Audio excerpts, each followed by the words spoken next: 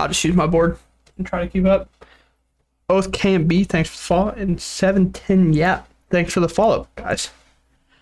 Weren't even providing content yet. I'm not exactly sure. Oh, and then you just sub. What? Are you okay? You just followed and sub? Oh, let's go. 710, yep. We're gonna have a good friendship, I think. Got some exciting things. Got some gameplay coming. Pioneer. We got an RCQ starting this Sunday. Ah, sick. Glad you're able to catch one. Been watching YouTube forever. First time tuning into the stream. Most just came from YouTube. That's so dope. The ones that get me are when people are like, yeah, we saw your, like, because we did a couple of TikToks or whatever, when they see your TikTok and they're like, we came from there. And that's just like, what? Yo, chill. Y'all subbing, man. Wait. There's a dolphin emote on the hype train. Let's go. But yeah, thanks for the subs. We appreciate that a ton. Glad you guys enjoy the content. Glad we can provide it for you. Helps a lot when the players play, because that's how we're able to provide it. Because if it wasn't for the players, we'd have no content, you know? Speaking of which, I gotta do my job and put the rest of the players in the event.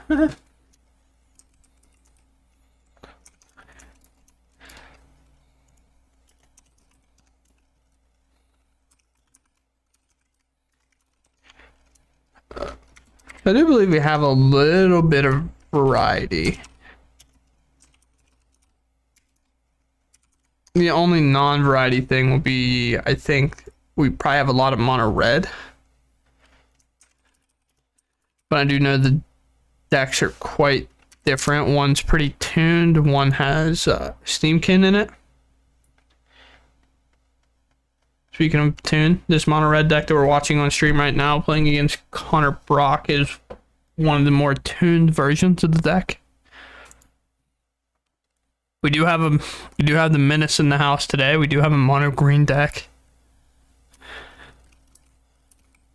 The current Menace.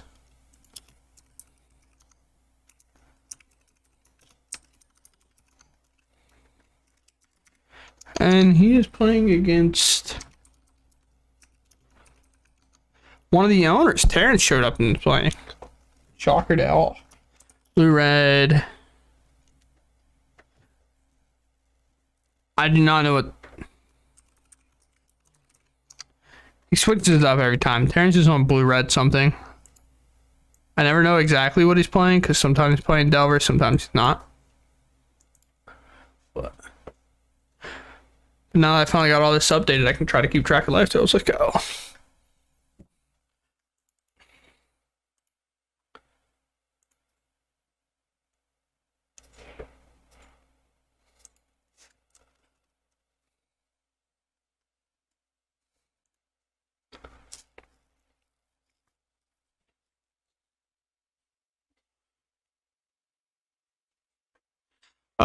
Yeah.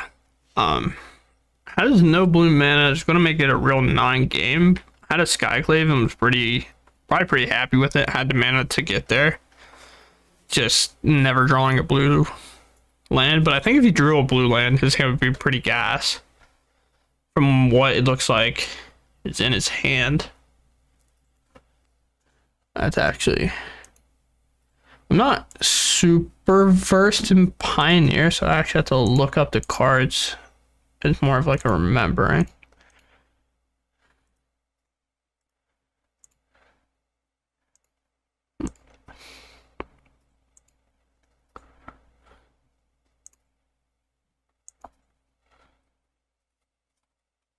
Yeah, I mean, he probably had a Coco in hand, but he definitely needed a blue source. Let me. Alright. Hey, we found a blue land. Let's go, Connor. You're crushing it. Am I able to move this so I can look at this a lot easier? This is awful.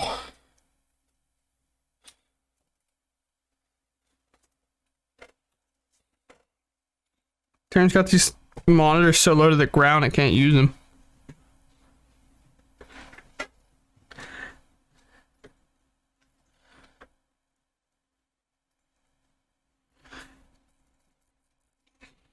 I'm waiting for you to change your name to Dr. Kama, by the way. It's a little unfair for you not to. So we're going to see Kamana come down in 2. We're going to put a counter on Swift Spear, which has been one of the coolest parts of this deck, in my opinion, that Red gets to pull that off. Because having 3 toughness in this Pioneer full of just shock effects, or 2 mana bolt effects, just allows it to stay alive a lot more often without you having to burn a spell and lose a lot of value, like post-combat or like on your opponent's turn, to get that extra prowess damage in.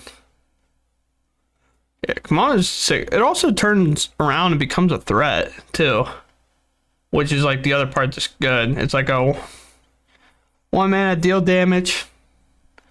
Give an extra counter on something, can do X amount of damage in theory. And then becomes a 2/2 with haste that also gets to go in with your creatures that you put a counter on. And then, like you said, the exile randomly matters whenever you're playing against like Blue-Red Phoenix or like these Croxa style decks. But I think for... Hold on, I need to read.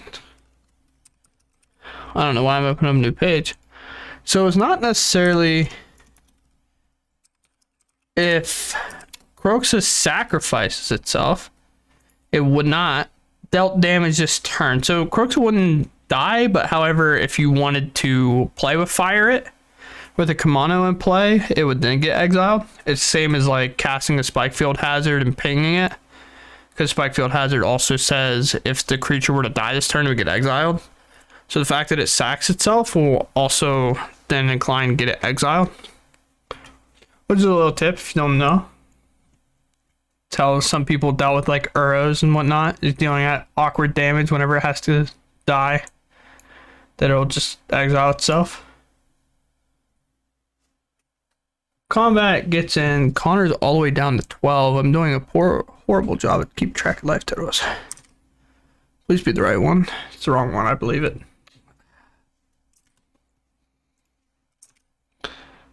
Update here.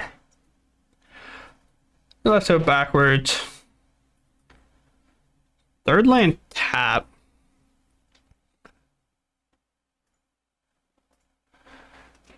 Hey man. He doesn't play Sagas very often.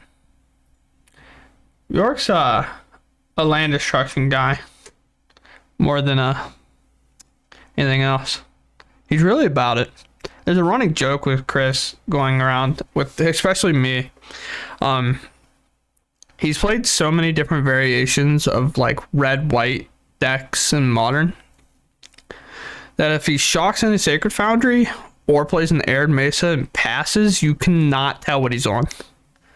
Because that's been like, it's been like Nahiri Boom, or like just playing Nahiri deck with not necessarily land destruction. He's played like a artifact deck once. He's played Burn, just straight up aggro too. As long as it's just enchantments have commitment issues, that's true. That is true. Rob's FPS, thanks for the follow as well. Yeah, he's got two of them out there. So Connor was holding up a Spell Queller to see if we get more of a commitment out of York here. It does not get one. Doesn't really have to. He's just getting to go to combat for free pretty much. And if Connor tries to flash something in to block, then you'll probably see Chris respond by doing something. But this is where it gets scary for you if you are on the mono red side, the Coco mana. It's 18, yeah, my bad. Kind of hard to, I'll just be honest, kind of hard to do all this at once, but like pay attention to the game, but also adjust to life. Can I move this? Maybe this will help me remember. Hold on.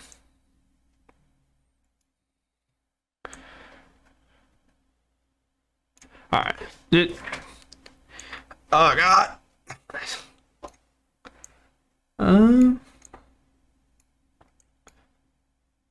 Set this here. But I'm all you got today, chat. You got just me. So Kamano will flip.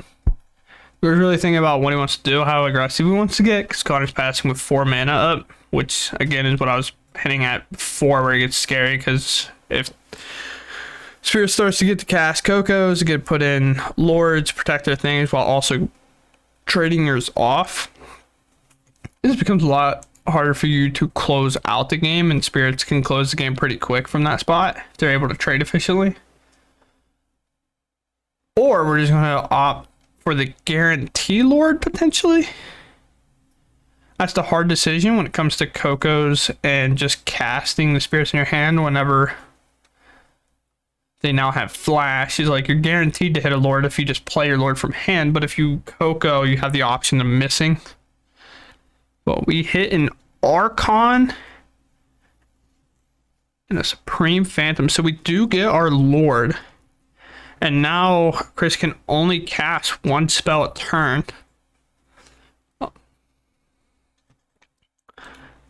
Unless his first spell is to remove said Archon. But that also limits Connor from casting more than 1 spell a turn. So Fry's gonna hit it. Now the gates are back open. There's a prowess trigger.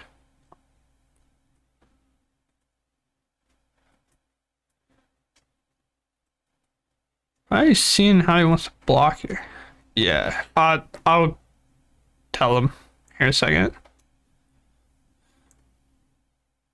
Because Archon, it's exiled twice.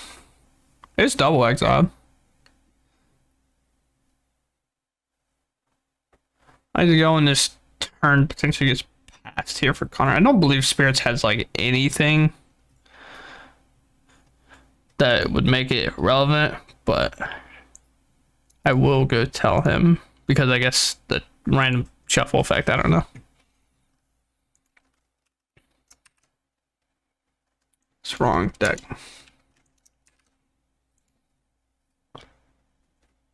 Wait, that?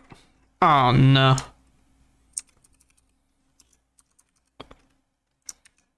I keep putting it backwards.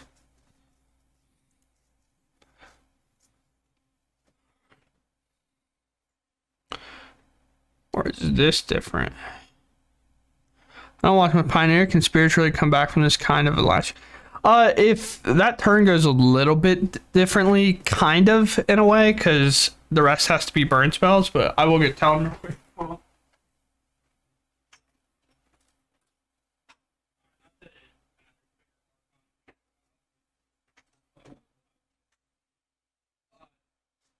Well, I'm not. If we'll file the exile, it's because of your commands. Whatever's been dealt by like damage and stuff.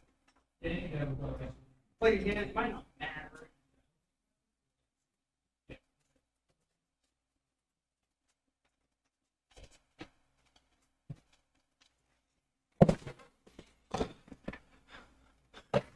Okay. I think Connor found himself a Skyclave, 2 Quellers, a bird. Yeah, to legit's point, this is where you can actually see mono red fall off, and one of the issues in these type of formats where like you're not having the big burn spells that you can draw, like the constant 3 damage, is like if your creatures start getting stalled out and start getting chumped and blocked, yeah, then he doesn't have double white, so Skyclave's not like a great draw, but they can start getting chumped away, and you're low on cards unless he has light up to stages in the deck, which isn't like super great option because you're just hoping to hit off the top at that point. It's also kind of flooded, but he'll be able to activate Den here, I believe. If he really wants to, he can activate the Den of the Bugbear, get in, and just try to get the game closed, although some might think that is a little bit of risky play and not necessary. But I think if you're playing to attack at all, it's probably the move you need to make. But he's opting to get the Lord out of the way, So 1 damage. There's a prowess trigger. They'll trade. It'll get exiled, and then we'll get an extra 2 damage in. Same problem here. Amazing format. Super fun to play, but like...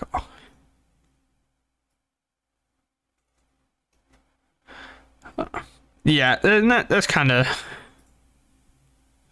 one of the issues right now, and kind of the cool part about the Pro Tour getting announced is a lot more people are feeling more obligated to play it.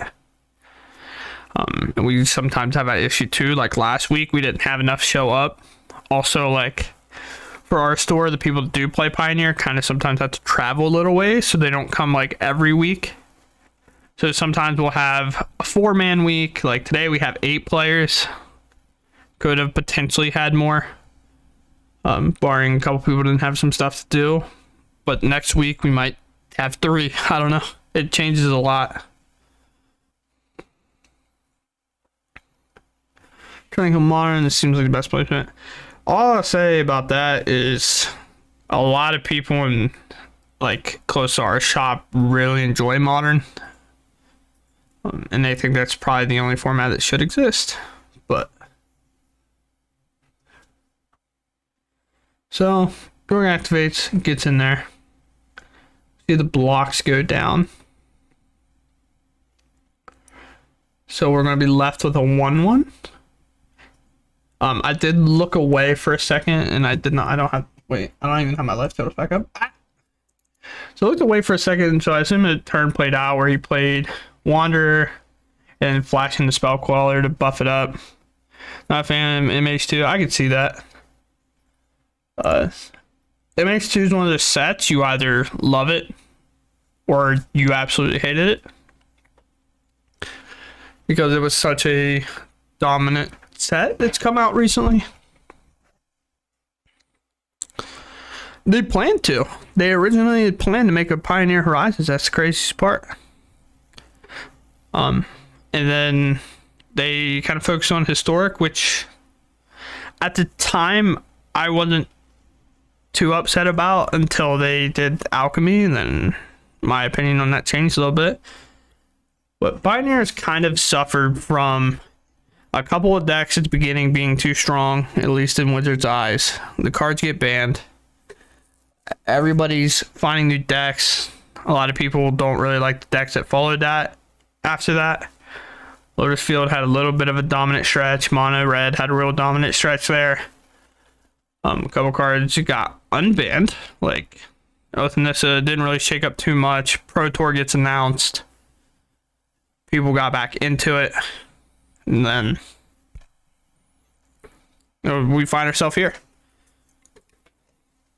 So hopefully we'll see a good turnout this weekend for the RCQ of Pioneer, and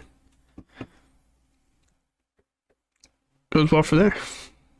We always try to get in the Commander community and LGS to invest in other constructed format. Yeah, that's the other thing, is you either have a Commander community or you have a because Commander is constructed, but hopefully you understand what I mean.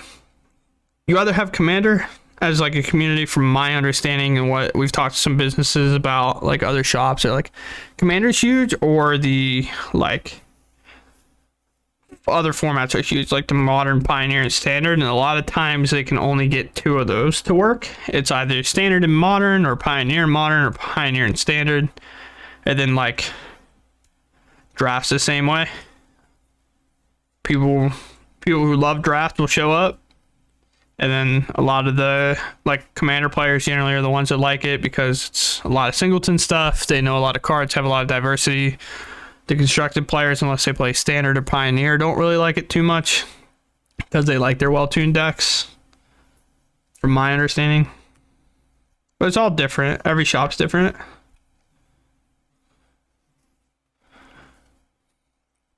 But I was getting back into this game. Obviously, I have not been keeping track of life totals too well. Holy cow. It's bad. Again, I will try to keep up with it. It's like an afterthought right now. But back to this game in terms of what we were talking about before, where, okay, that's Wandering Emperor and Bant Spirits. This is Bant Flash now. So I better see a night pack ambush here at some point. But Mono Red was not able to get the door closed. And there's a Lord off the top. And these are those spots that you talk about and you're like, Mono Red was so close. They were on the draw. If they were on the play, they probably win, potentially. And Spirits is able to just put enough chunky stuff in the way and it trades out more effectively because of the Lords. And then you have the Skyclaves that are protecting you from burn. Protecting you from burn. But these lands can also damage Connor. And we're going to see him get fired off. And then upkeep, do it again. So Connor actually loses. But, because I didn't see the lands. Oops. Okay.